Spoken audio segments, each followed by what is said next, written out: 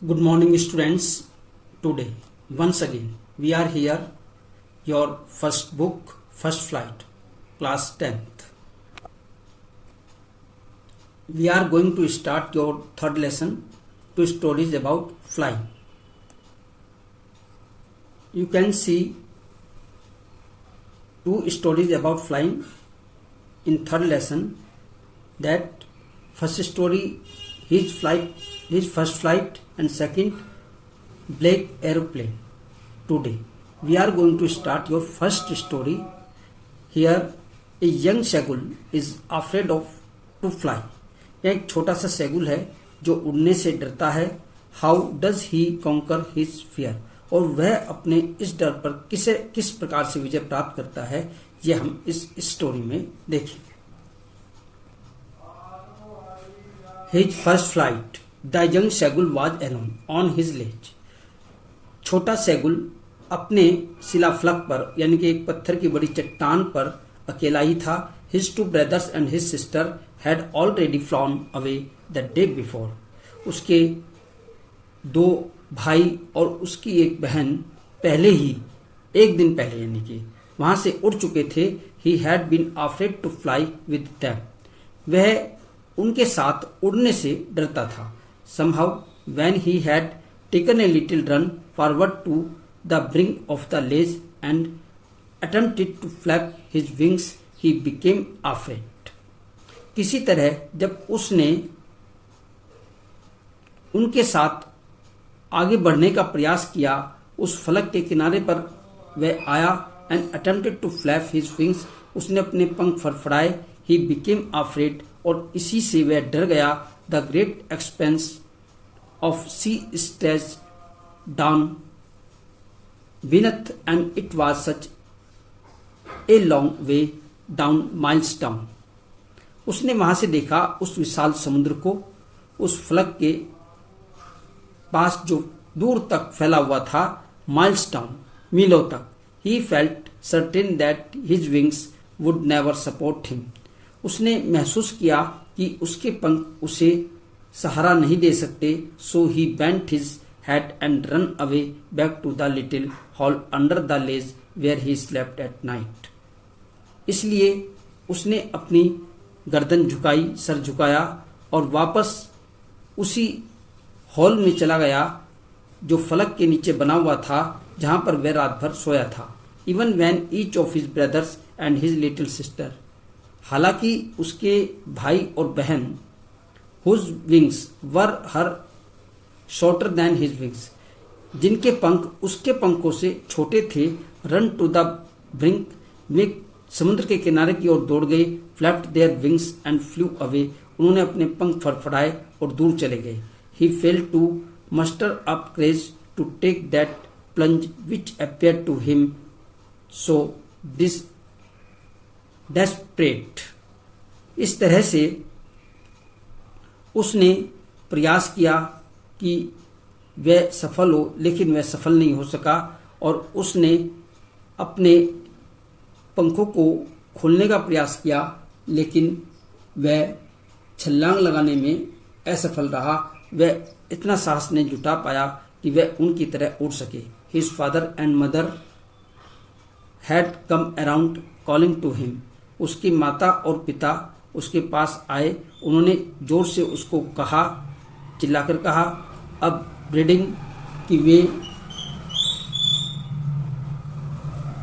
उसे डांटते हुए कहते हैं, धमकाते हुए कहते हैं कि let him starve on his ledge, हम उसे इसी फलक पर भूखे ही छोड़ देंगे.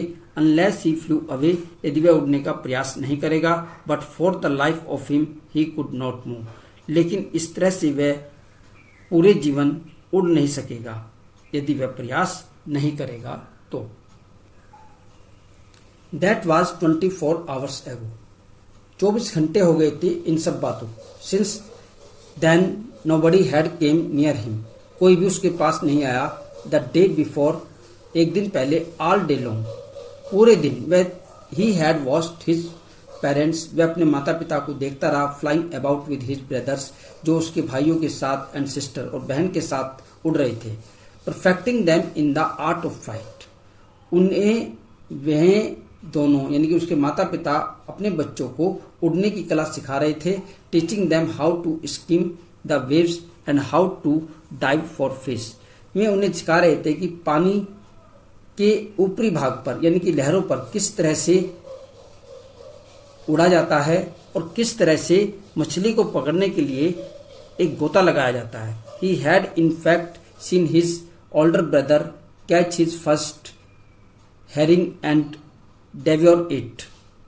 वह देख रहा था अपने बड़े भाइयों को किस तरह से उसने अपनी पहली हैरिंग मछली को पकड़ा एंड डेवोर इट और उसे निगल गया।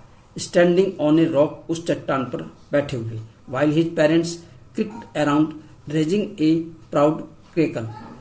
जबकि उसके माता पिता कुड़कुड़ की आवाज कर रहे थे और इस बात पर गर्व महसूस कर रहे थे कि उनके बच्चे मछली पकड़ने लगे हैं। And all the morning the whole family had walked about on the big plateau midway down the opposite cliff turning him with his cowardice. पूरा परिवार उस बड़े पठार पर घूमता रहा जो सामने वाली चट्टान के मध्य में था। उसे कायरता के लिए वे ताने मारते रहे, टॉन्टिंग करते रहे।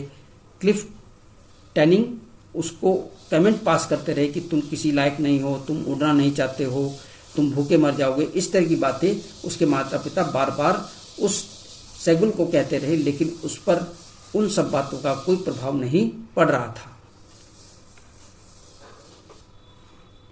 He stepped slowly out to the brink of the ledge and standing on one leg with the other leg hidden under his wing। वह धीरे से उस शिला फलक से बाहर आया, किनारे की ओर बढ़ा। वह अपनी एक टांग पर खड़ा हो गया और दूसरी टांग उसने अपने पंखों के नीचे छिपा ली। He closed one eye। उसने अपनी एक आंख बंद की। Then the other and pretended to be falling asleep। और फिर उसने दूसरी आंख भी बंद कर ली और सोने का बहाना किया।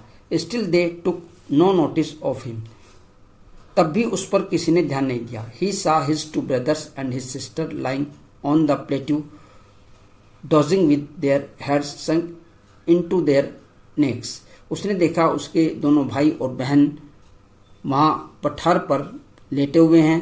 डोजिंग विद देयर हेड्स, अपने सर को छिपाए हुए वे हल्की नींद ले रहे हैं, ऊँग रहे हैं। इनटू देयर नेक्स, अपनी गर्दन में अपने सर को छिपाए हुए वे नींद ले रहे हैं। His father's was preening the feather on his white back.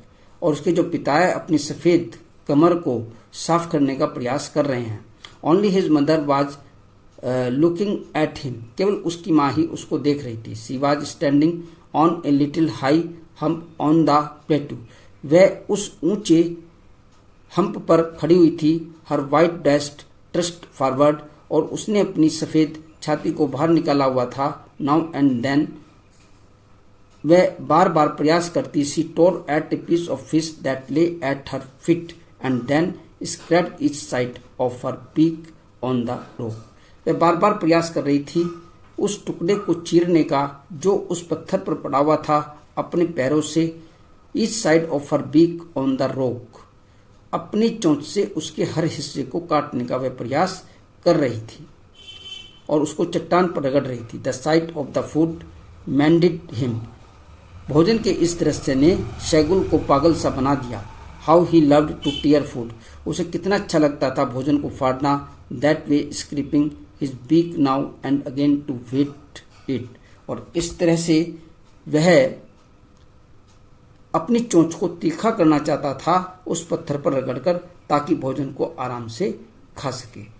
आज हम इतना ही रखेंगे स्टूडेंट्स। नेक्स्ट पार्ट इस स्टोरी का हम कल आपको एक्सप्लेन करेंगे। Okay, thank you very much.